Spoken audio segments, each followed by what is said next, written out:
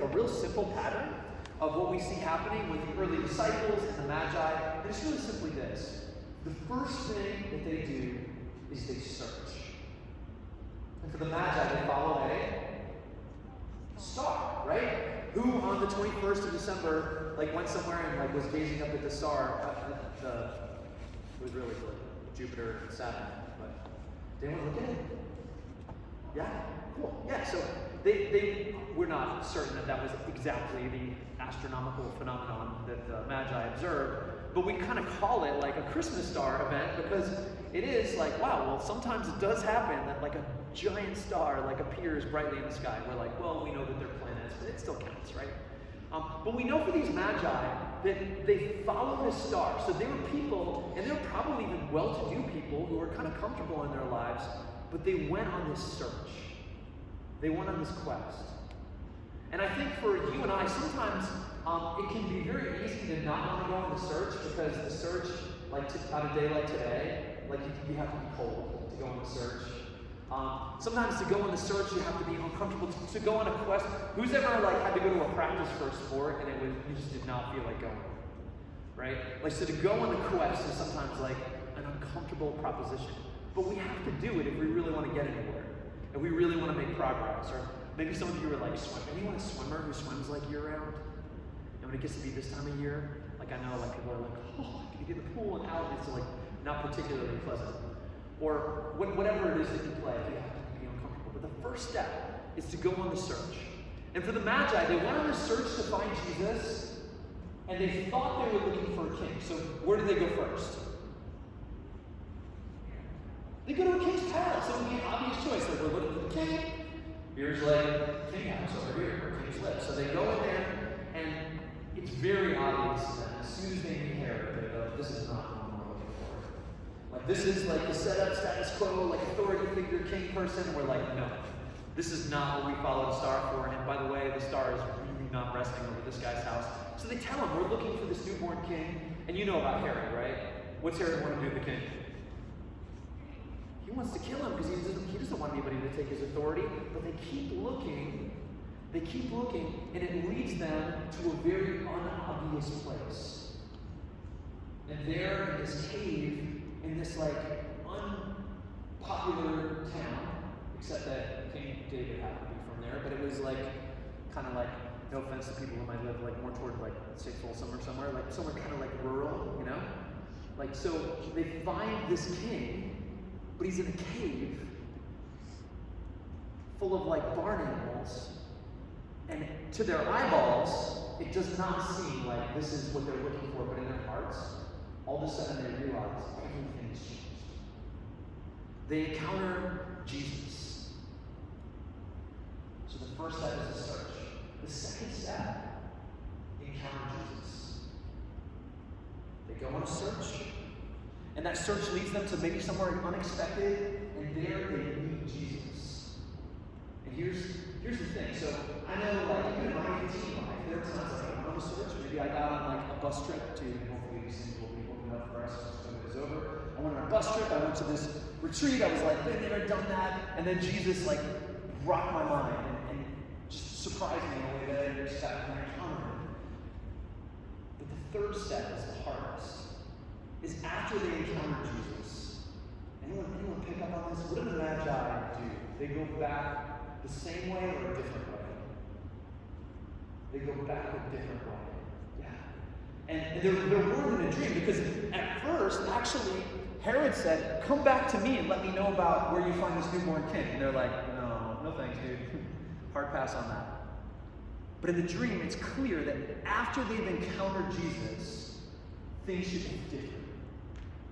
And now, in ordinary time, we're going to hear all these readings week after week about the public ministry of Jesus and how it picks up, and the people he encounters along the way, about Simon and Andrew and James and John and Mary of Magdala, and even Simon's mother-in-law who's going to get healed, and we're going to hear about all of the stuff. And the same thing happens. You have people who go on a quest.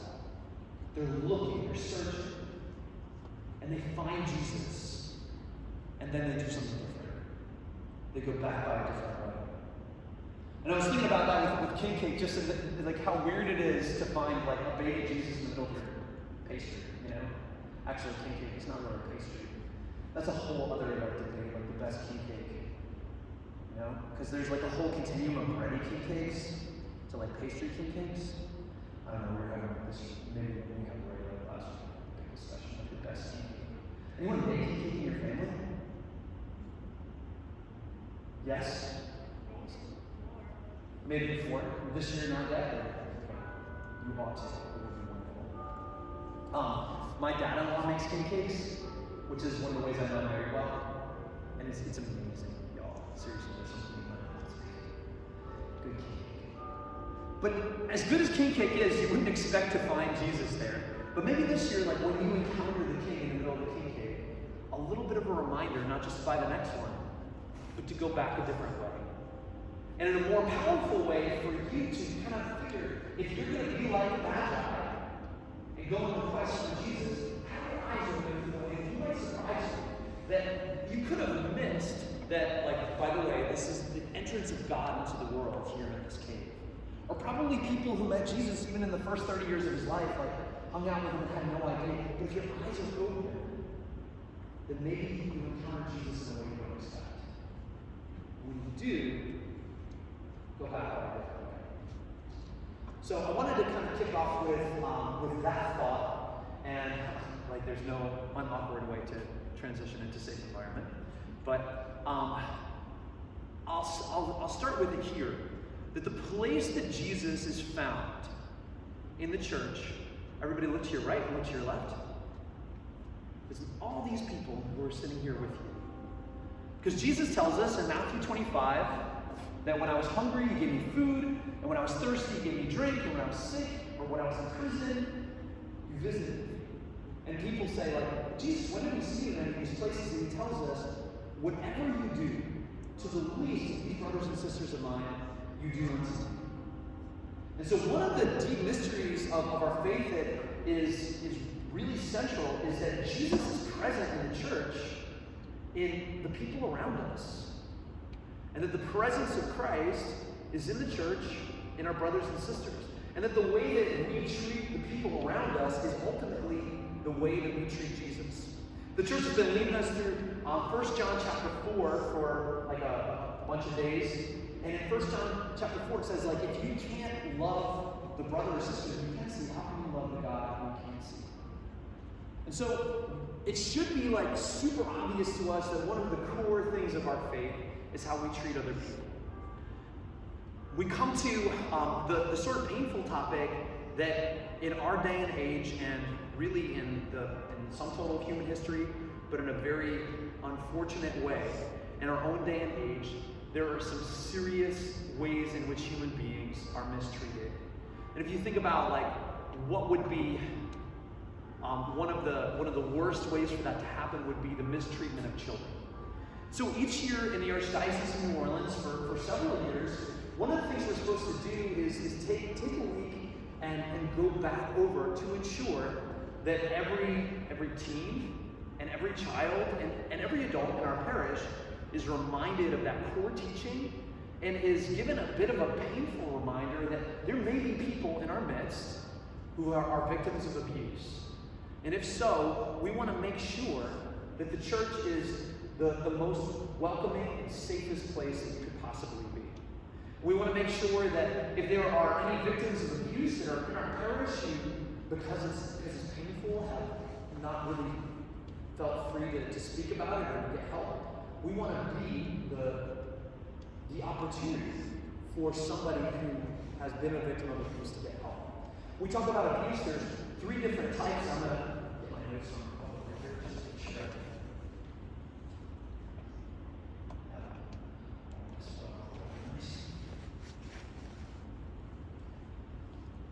So there's 3 different, well, I guess 4, I guess you could say. There's physical abuse, and physical abuse would be when a child is physically hurt or harmed by their parents or by another adult in their life. There's emotional abuse, whereby which a child is psychologically abused, and that is also a terrible reality. There's neglect as a form of abuse, where a child who ought to have that safety and protection from parents and guardians is just sort of left out on their own. And then there's finally, and in some ways, most painfully, there's sexual abuse, which often combines all of those together and then violates the sexuality of the child, which is so terrible and awful. One of the reasons that we cover this each year, this is always like kind of a shock statistic, and as many times as I've talked about this, it's just awful to say that there are more than 3 million reports of abuse each year. That's a lot, 3 million children, and that's reports of abuse, where it gets to that point where it's reported and investigated. We have one of the worst records among industrialized nations, losing between 4 to 7 children a day to child abuse. So in cases where it's so traumatic that it leads to the death of a child. And then a report is made about like every 10 seconds. So there's that sort of staggering reality. And that's one of the reasons, again, that we deliver this lesson, that if we know it's so prevalent, we want to ensure that in our community, there are places where people can go if they're experiencing that. Now, you are all on like the cusp of teen life or well into teen life, and you might say, all right, well, for me, how is this relevant? Are we talking more about like younger children? I would hope that maybe that's the case, and this sounds like totally foreign to you, but it also is a reminder for all of us, even as we get older, to have our eyes and our ears open for things that might be happening to those who are younger and more vulnerable than us. And also to keep in mind that there may be peers in your life who've experienced certain levels of trauma, and if that ever were to come up in a conversation or relationship, to encourage them to get help. And if it's ongoing, to do so immediately, or if it's something in their past, to encourage people not to just bottle those sorts of things up. So we could define physical abuse, and I'll kind of read the definition here: an act of one person upon another involving physical contact that's intended to harm or cause physical pain. So that's type number one. Emotional abuse is intended to emotionally harm an individual. And then neglect is not properly caring for children, not providing adequate nutrition, medical care, education. And then sexual abuse, of course, is when an adult engages in sexual behavior with a child to meet the sexual interests of an adult, which that can be inappropriate in terms of look, exposure, touching, inappropriate comments, all of the above. There's an area, too, that we want to bring up, especially in a teen audience, that there's also the topic of rape, and there's a topic of abuse that may not come from an adult to a child per se, but may be peer-to-peer interactions that are also abusive and problematic. And so in our own day and age, and I don't have a stat on this, but the solicitation of images from one peer to another, and then those images being used to manipulate or destroy reputation. The pornography problem we could bring up is that pornography is problematic on its own, but one of the great havens of human trafficking right now, which is a topic I'll bring up in a minute, is really through the pornography industry. And so you have a lot of peer problems here too, where human beings are being abused. So, ways to protect yourself as a teen. One thing to certainly keep in mind is not to put ourselves in vulnerable situations. Alcohol and drug abuse, which leave us vulnerable to attack from others. Certainly there's kind of a wisdom about what we consume in our bodies, staying out of party situations where people are intoxicated, or people could be trying to make you vulnerable. There's also the vulnerability to bring up here that even at your age now, and certainly with your younger people in your life, there's a vulnerability online that's unprecedented. That a child predator who may not have physical access to a young person also, in this day and age, can reach out, can mimic a peer through some sort of game or other platform, and then groom young people for child pornography and those other sorts of things. So something to be vigilant about. And as a teen, continue as you interact, like social media and in other ways. There's also just a certain vigilance that you need to have about what information you're giving to people that you don't actually know. Another topic that kind of falls here would be peer-to-peer abuse through cyberbullying. And I know that this is still a prevalent thing, that it used to be that most peer-to-peer emotional violence happened in person, and now there's this whole other frontier where people can gang up on other people and destroy their reputation or just really go after them. We've seen just some tragic incidences where this kind of behavior digitally can lead to and promote deep depression, and even lead to attempts to suicide and such. And I know that if you watch Netflix, you've probably been exposed to like how some of those things tend to happen. I think it's something for you, obviously, not to participate in, because it's a little easier to behave badly behind a screen. And I think that's a struggle for your generation and my generation and beyond, that it's a little easier to click something when you're a step removed and not say something, or to say something that you wouldn't say face to face, but for you to be very vigilant about not doing that. And also to, in your peer group, to encourage good behavior and not just egg people on. And the unpopular thing is sometimes to report, look, this is going on, and here's a situation that needs to be stopped.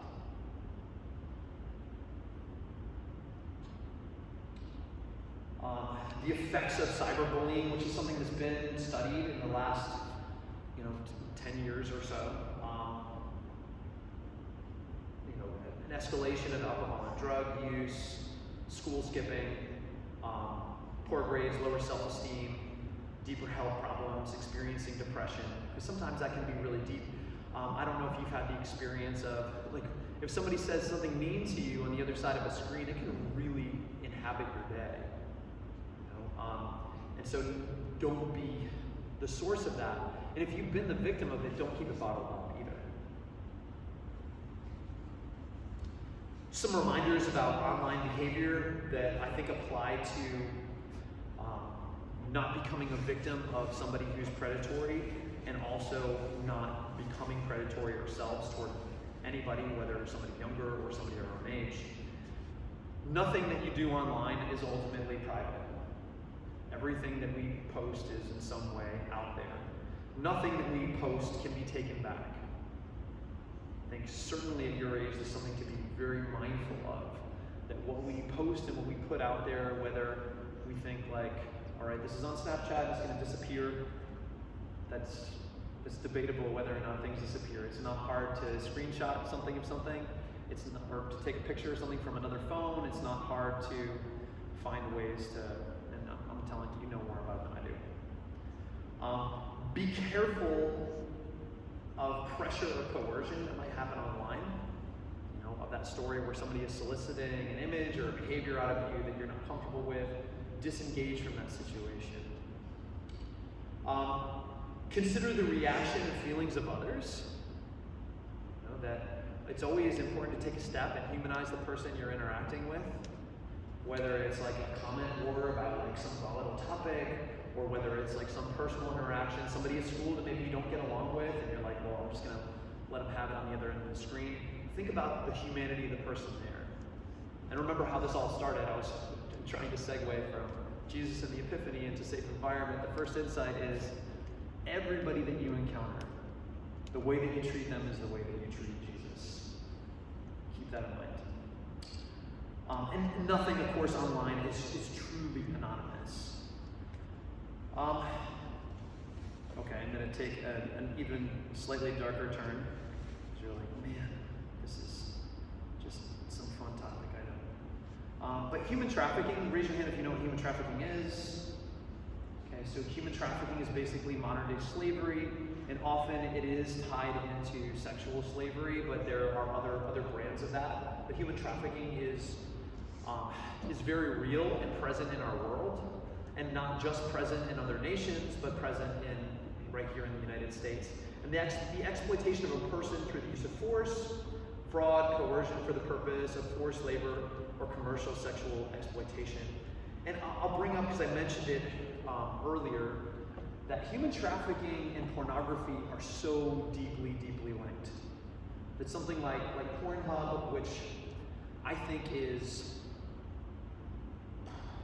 just one of the great evils of human history, is something like Pornhub, which made itself free at the beginning of the pandemic, so as to, I think, open up young people to sexual abuse and open up adults, although it's maybe a little different in definition, but to manipulate people into an addiction that forces them, or not forces them, that enables them to dehumanize and dehumanize and dehumanize and degrade and degrade and degrade.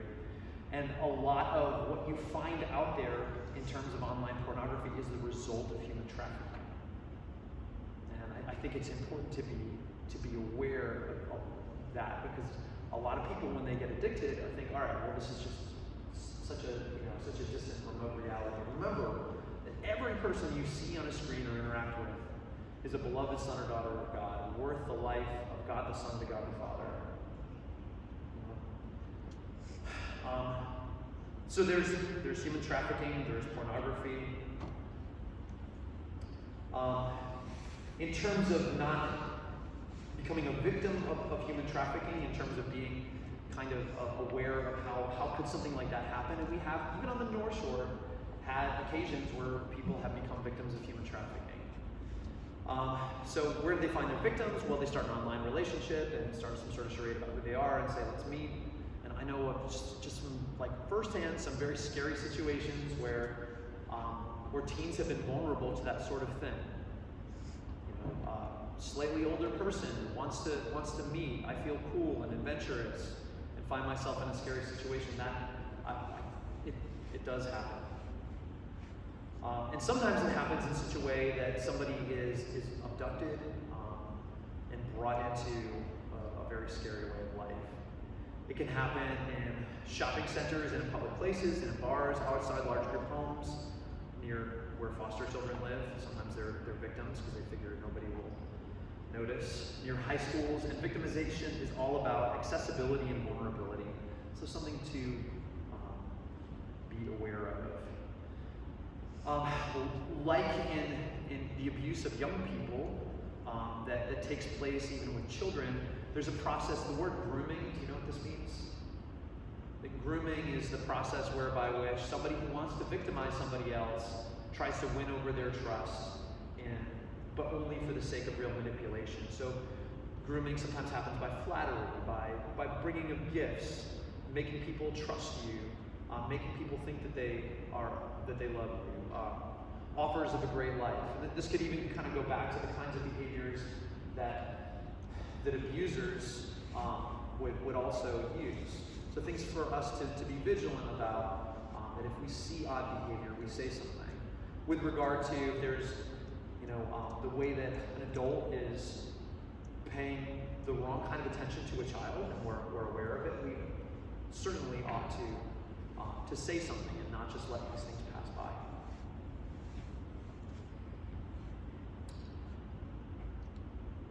One important outcome of this is that we want to make you aware that if you see something and you want to say something, there are ways to report it. And there are numbers, maybe we can digitally put some of this information out there, because if I tell you now, you're going to go ahead. But there are numbers to report in terms of reporting to the state, in terms of reporting to local police. Any and all child abuse can be reported. You can tell a trusted adult, and any adult that you tell in a context of school or here at St. Anselm, we're all what the state would call mandatory reporters. So if I hear of a situation of abuse, that it is not only my duty as a person of faith, but my duty as a citizen to ensure that I follow through and make a report if I find out that somebody is the victim of abuse. The same is true of all of the adults here at the parish and the adults at your school as well. So tell that trusted adult. There is also a child abuse hotline, which you could call directly if you wanted to. And in particular, in the Archdiocese of New Orleans, there's a hotline to report clergy abuse. And as terrible as that is, if you've been sort of following the news, there are just some terrible things that have happened in the past. And again, the reason that we do this here at church is that in the year 2021, the Catholic Church in the Archdiocese of New Orleans has as an express goal to be the safest place for young people, and a place that is authentic to our mission, which is to ensure that you are treated as children of God. And so that level of transparency, of even having that hotline, is to do everything that we can to ensure this is a place that you are not only safe, but loved and cherished and treated the way you deserve to be treated.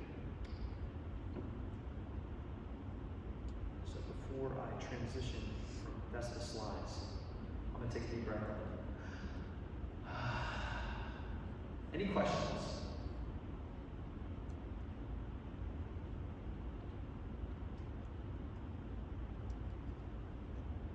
All right, you don't ask questions. I try to read your mind and come up with questions.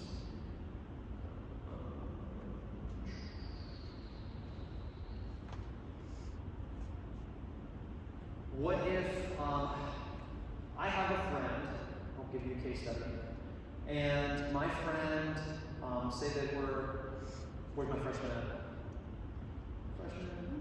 Let's say freshman in high school, and I've got a friend, and my friend tells me that they're dating somebody, and they're like 20.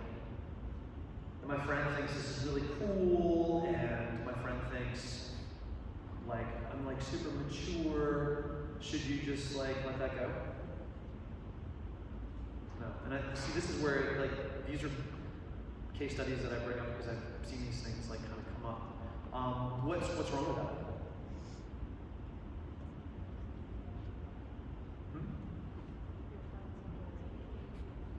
Yeah, the age level where you're like, okay, why is a 20-year-old interested in this freshman? The freshman may think it's because I'm hot stuff. It's because I'm great, and this person may be awesome and absolutely maybe mature beyond their years. However, we do find predatory behavior sometimes especially in the digital age, where somebody who's maybe slightly older is thinking, all right, here's a person that I can enter into a relationship with, and they'll think it's sort of normal-ish, but not.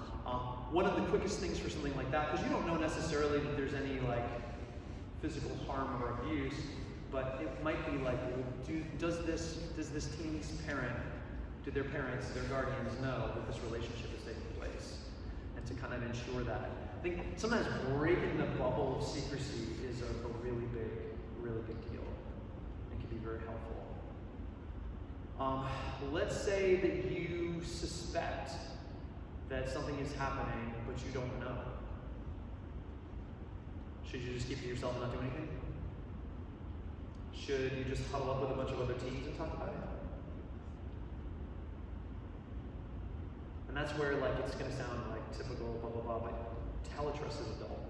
If you have suspicions, and you might feel kind of a knot in your stomach because you're like, I don't really know, but I just there's something on my radar that says this situation is off and I'm concerned. Then say something. I think that is important as well.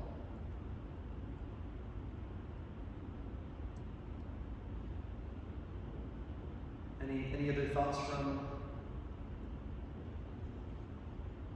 other teachers, or anybody have any safe environment things that you think would be good to? I was just going to say, I used to work for a bank about 2 years ago, and I was a manager, and normally I was in charge of hiring for that branch. So the very first thing you do when you put an application is we go on the internet and we want to stalk you to see what kind of behavior you have, how do you post, what kind of, how do you respond to negativity. So just like we were talking earlier about, be mindful of what you put on the internet, because that's what employers are now looking for. for. You know, well, who do I want to represent my company? Who do I want to represent me? You know, St. Hanson, you know, I don't want Dustin going to post, oh, I can't believe Colin said this, what a jerk, or whatever. You know, so you just little things like that. I know it's probably not the same environment, but just for your future, you know, as you get to that point, just keep in mind that employers are looking at It does very much fit, because every year when we do this, I think, all right, well, so if I'm in your shoes and I get this lesson kind of every year, what are the things that are most immediately on your radar that are relevant? And I think our whole like kind of digital footprint, our online behavior is relevant to this, because that's the place where a lot of abuse and dehumanizing behavior happens. And it's also the area where it's easiest to get sucked into digitally projecting that you're somebody that you're not, or thinking like this is anonymous or that sort of thing. That's true.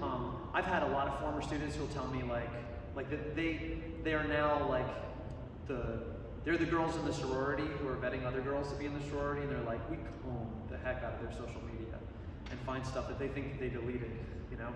And that's even at a college level, they're looking for people who are, you know, holding themselves to a standard of like decent behavior and such, you know. So you're thinking about what you post and how you're treating other people. You know, that goes with texting too. That's just like a simple way of communicating, but it can be easy to get drawn into like wars of words, and just there's an opportunity in a text to actually step back and think like, what's the best way to say this to make my point without being hurtful? You know, so I think that goes with this as a relevant. I believe colleges are starting to do that too. I mean, if you just Google yourself, just Google Dustin, boom, all this information pops up that you had no idea that was out there. Yeah. It's a way for you to protect yourself and you know, and just to practice like being who you really want to be in person and digitally. Yeah. I was going to say, I'm curious to find out how many, if any of this has happened. Because this happened to my son. He's 24 now, but he posted something in high school. Also, now started getting calls from across the country, because that's where his cousins and aunts live in California.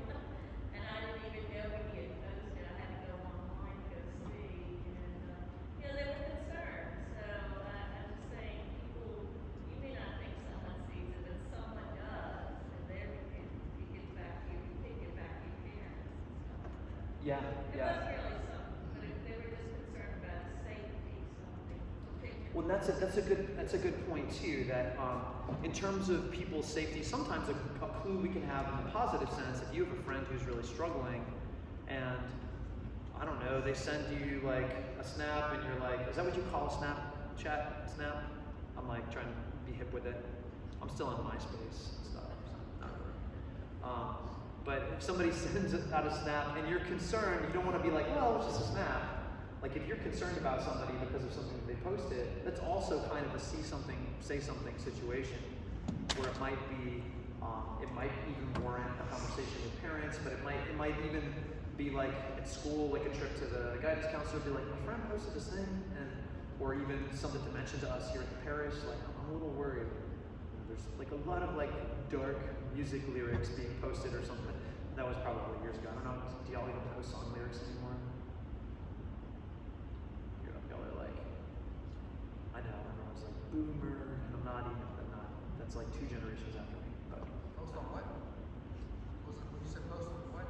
post like song lyrics or something. Like if somebody's like just posting like, I don't know, that's something that came up maybe 10, 12 years ago, where there was a teen who was like really depressed and was posting depressing song lyrics, and that was one of the ways that people kind of knew what was going on, because it wasn't somebody who was talking about it in person, but somebody who was kind of digitally projecting like, hey, I'm not okay. And so that can be, you know, cry for help, and just even as a peer, like a way for us to sort of know somebody needs help.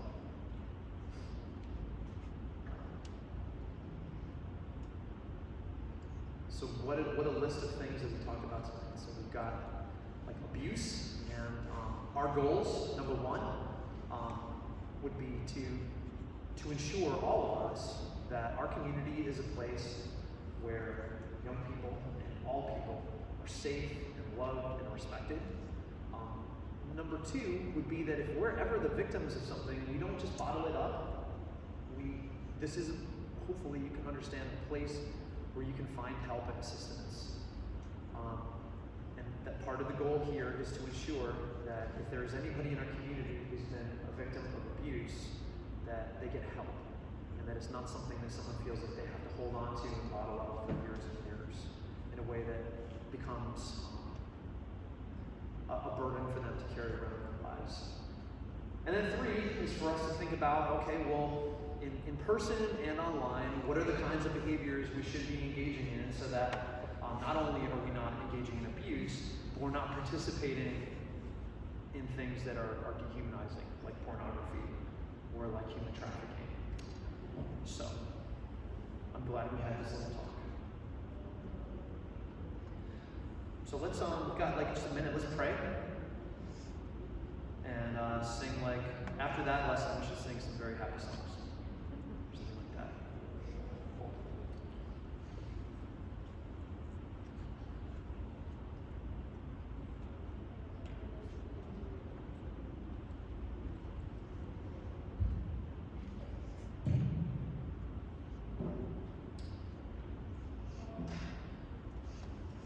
All right, y'all stand up for a second. We're just gonna shake it off. One from being cold, like, is it warm in here?